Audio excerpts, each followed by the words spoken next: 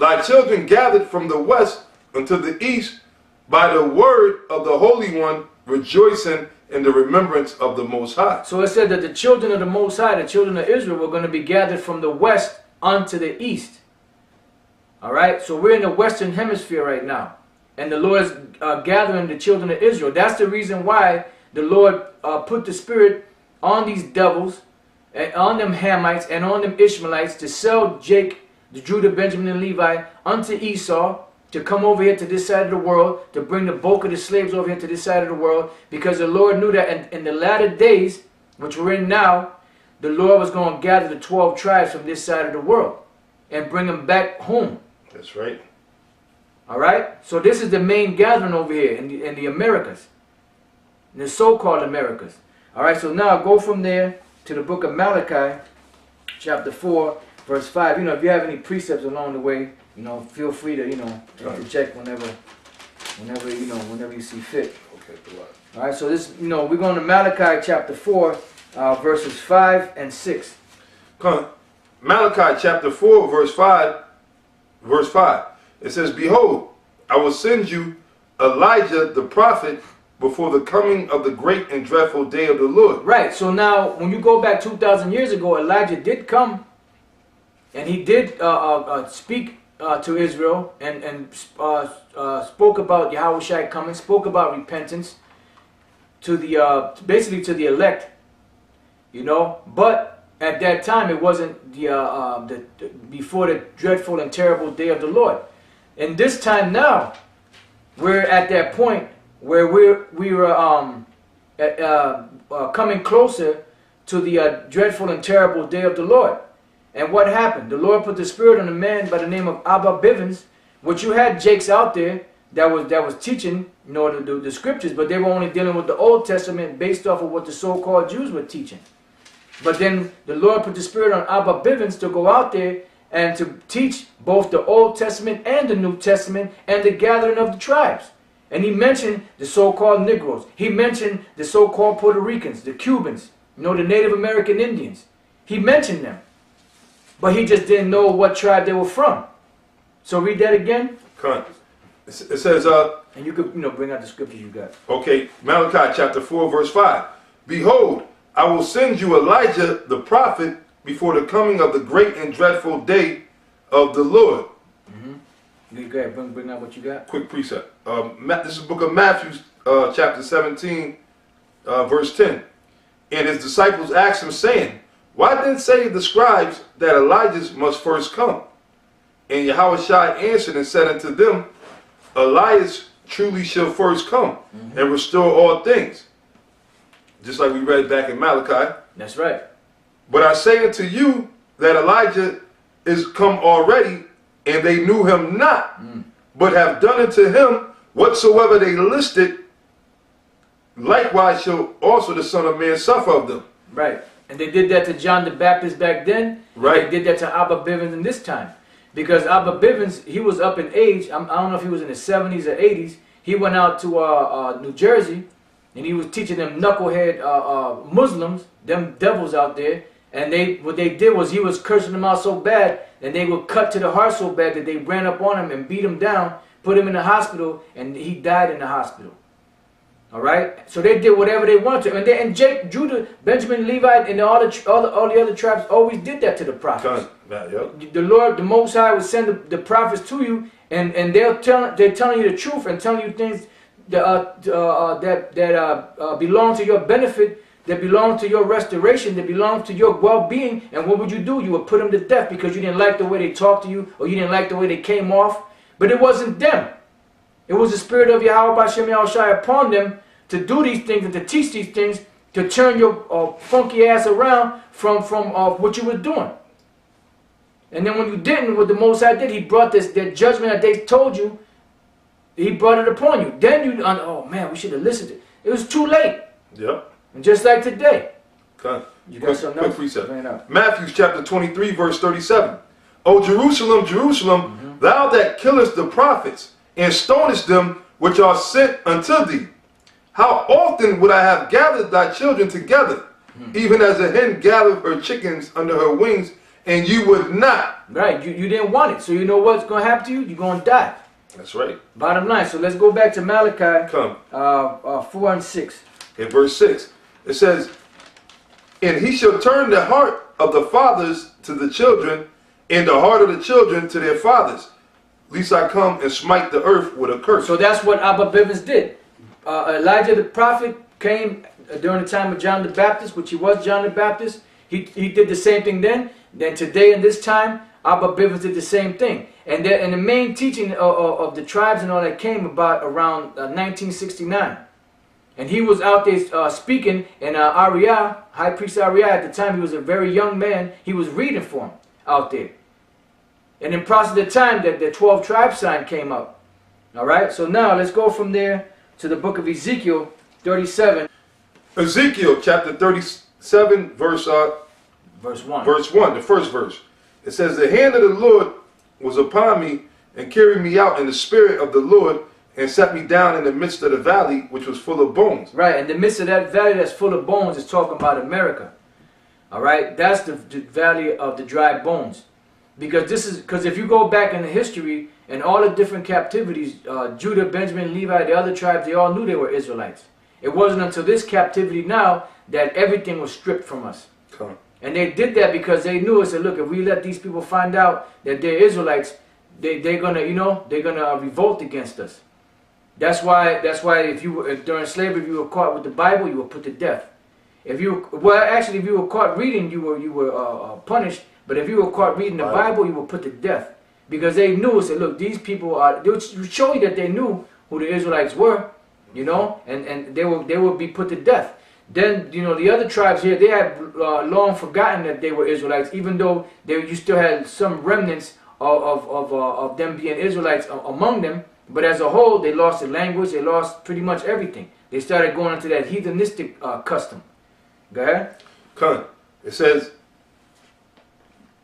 and carried me out in the spirit of the Lord, and set me down in the midst of the valley, which was full of bones, and caused me to pass by them round about. And behold, there were very many in the open valley, and lo, they were very dry. Right, they were very dry. Go ahead. And he said unto me, Son of man, can these bones live?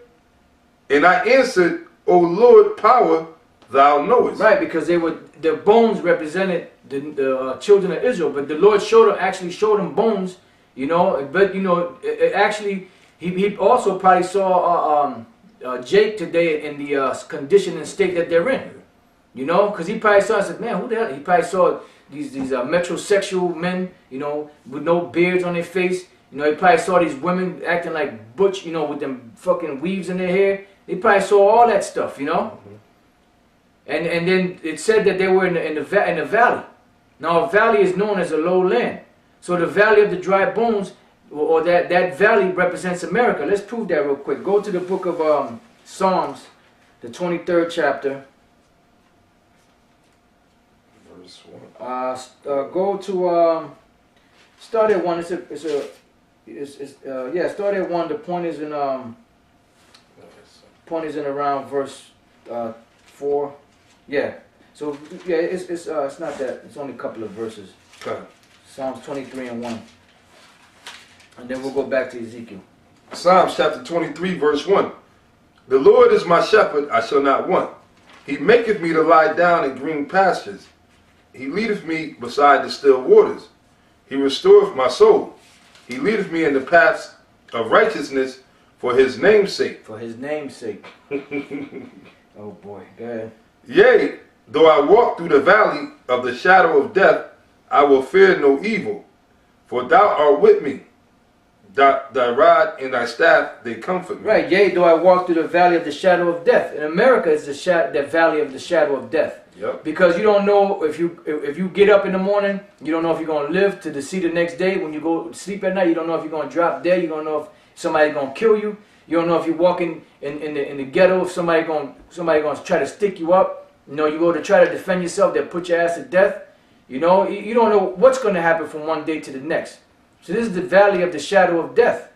And death is always lurking. Yeah. Now go from there real quick to Deuteronomy, the 28th chapter.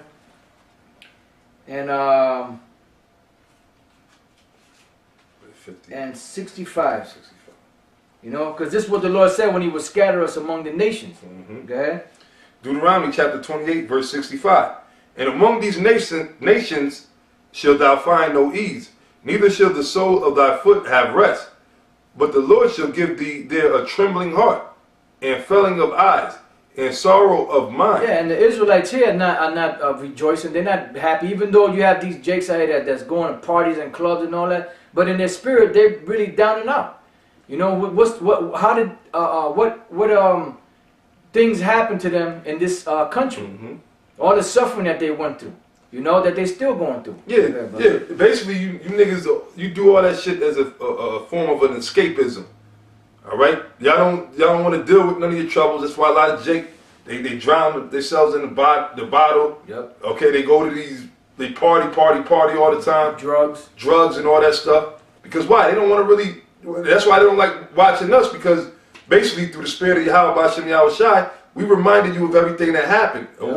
What really happened, man. All the hell, the oppression and everything we went through. Niggas don't want to deal with that. They rather forget about it and do other things, you know, amusement. Yep. Get into other amusement, you know, to keep their mind occupied. Keep their mind occupied so they don't have to deal with the truth. But now the Most High smack you right in the face with it. Yep. You're being forced to look in the mirror. Being forced.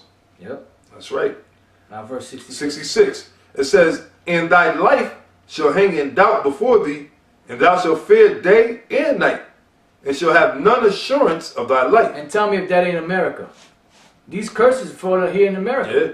You know, you don't know from one day to the next what's, especially if you live in the ghettos.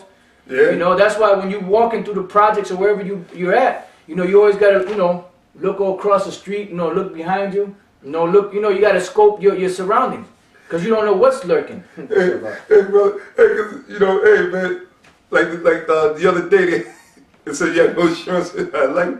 You had this fucking cracker was sleeping in his bed. And the man's size hole opened up. Yeah. And so he's going to pop to my head. Yeah. From beneath his roof to meet the attack coming. Hey, that was that true, man. There ain't the Most High now. You put them curses on you devils. That's right. Because we at the end, man, where the Lord's going to eventually pull the curses off of us, and like you say, He's going to put it on our enemies. You know, but that's a good one. That's a good one. Yeah, that's right. You know, hell from beneath has moved to meet the attack coming. Hey, and it happened, man. That damn hole opened up to 100 feet. You know, valley of the shadow. That proved that it's the valley of the shadow of death. Man, you had no assurance of that life. You know. So go ahead, brother. It says, verse 67. In the morning thou shalt say, would the Most High it were even. And at even thou shalt say, would the Most High it were morning. For the fear of thine heart wherewith thou shalt fear, and for the sight of thine eyes which thou shalt see. Right, because your life is going to hang in doubt. So now let's go back to Ezekiel 37th chapter. Okay, in verse 3. Yep. It says, and he said unto me, Son of man, can these bones live? And I answered, O Lord power, thou knowest. Again he said unto me, prophesy unto these bones, and say unto them, O ye dry bones, hear the word of the Lord. And that's what was happening during the late 60s. No, really, even before that, when Abba Bivens was out there speaking, you know, but mainly like late 60s into the 70s, 80s, 90s, all the way up until today. Go ahead. Hear the word of the Lord.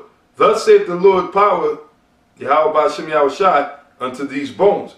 Behold, I will cause breath to enter into you, and ye shall live. And I will lay sinews upon you, and will bring up flesh upon you, and cover you with skin, and put breath in you, and you shall live. And you shall know that I am the Lord. So I prophesied, and I was commanded. And as I prophesied, there was a noise, and behold, a shaking.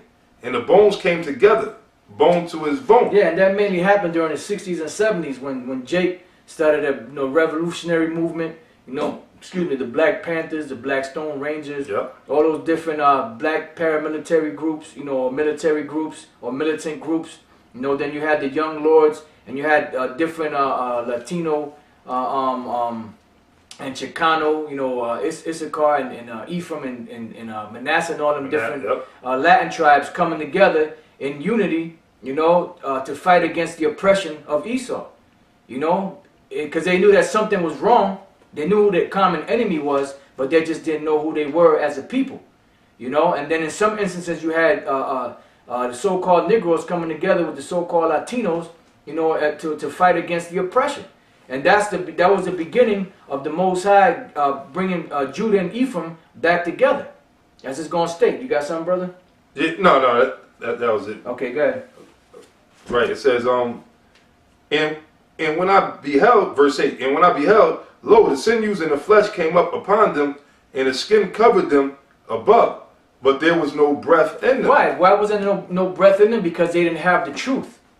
They came together, they awoke, they found out the common enemy, they came together, you know, to do something about it, but there was not much they could do because they didn't have any breath in them. They didn't have any hope beyond what they saw in their surroundings. That's why they had to go get guns and they had to try to prepare and try to burn buildings down and try to, you know, protest and do rallies and marches and all this stuff. Why? Because they didn't have the breath in them, which is a knowledge, wisdom, understanding of the scriptures. But now you see that coming out. Right. Now you see the 12 tribes sign out there. Now you see the different brothers, you know, in the GMS camps and a few sprinkles of other camps out there that are still teaching the truth, which was mainly GMS, you know, through the spirit and power of Yahweh Bashem Yahushai. And you see everything coming together, and these devils are starting to get nervous because they're really seeing that power being brought forth, and they're seeing, you know, Israel coming together in power and unity, and they're getting nervous. You know, they see the brotherhood. You know, they see how brothers react with each other. You know, they see the power. You know, they see the intensity of the word going out. So they get nervous now. Go ahead. Come. It says, then said he unto me, prophesy unto the wind. Prophesy, son of man, and say to the wind, thus saith the Lord power, come from the four winds, O breath, and breathe upon these slain, that they may live. Right, and that word was going out, and it was breathing upon them. And the ones that were supposed to wake up, they woke up. Come, because like the brother was saying, back then in the 60s and 70s, you had all those Negro groups coming together, but they were coming together basically under the wrong banner. They wasn't coming under the Bible, under the truth, under the Most High. They was coming under... They had a covering, but not of the Most High. Right, they had a covering, but not of the Most High. Right? So now, and what happened was, when they had them groups and when they came together, what eventually happened? Esau basically rode up on them, from the Panthers, the Rangers, the young lords. Esau was killing them, slaying them. Yep. Okay, even Martin Luther King with his non-violent faggot ass shit, he got more niggas killed than any other movements, man. You know, so then it said breathe upon the slain, meaning that, in other words, that's when the Lord, well, as we read on, the Lord brought out the truth, sent Abba Bivens out there, you know, and then the rest is history from there. Yeah, because like the scriptures say, if this counsel of this work be of men, it will come to naught. That's why all those groups failed. All those groups fell apart. Why? Because they didn't have that breath. They didn't have that mortar, that mortar that cemented them together the right way, the way the white man don't want you to be cemented together. That's right. Good. It says, right. So breathe upon these slain that they may live. So I prophesied as he commanded me. And the breath came into them, and they lived, and stood up upon their feet, an exceeding great army. And you see that now. Even when we line up at the end of camp in the New York, GMS New York, there ain't that many of us, but it seems like there's a whole bunch. And people walk by, they get nervous, they start walking across the street, they start tripping, you know. They're like, oh my God, some people be like, I'm sorry, you know. And it's just a handful of us there. So they see in that power. And that power is coming from Yahweh Bashem Yahushai, not from man, from Yahweh Bashem Yahushai. Because they feel this, because when the brothers come together, all the angels are there, and that spirit and that energy and that power is there, man. It's great, and people see it. That's why when you go some places, you know, you think people might be, they're being rude, they're looking at you, staring at you, and like, damn, what the hell are these people staring at us? They're staring at that power that the Lord has given us. Yep.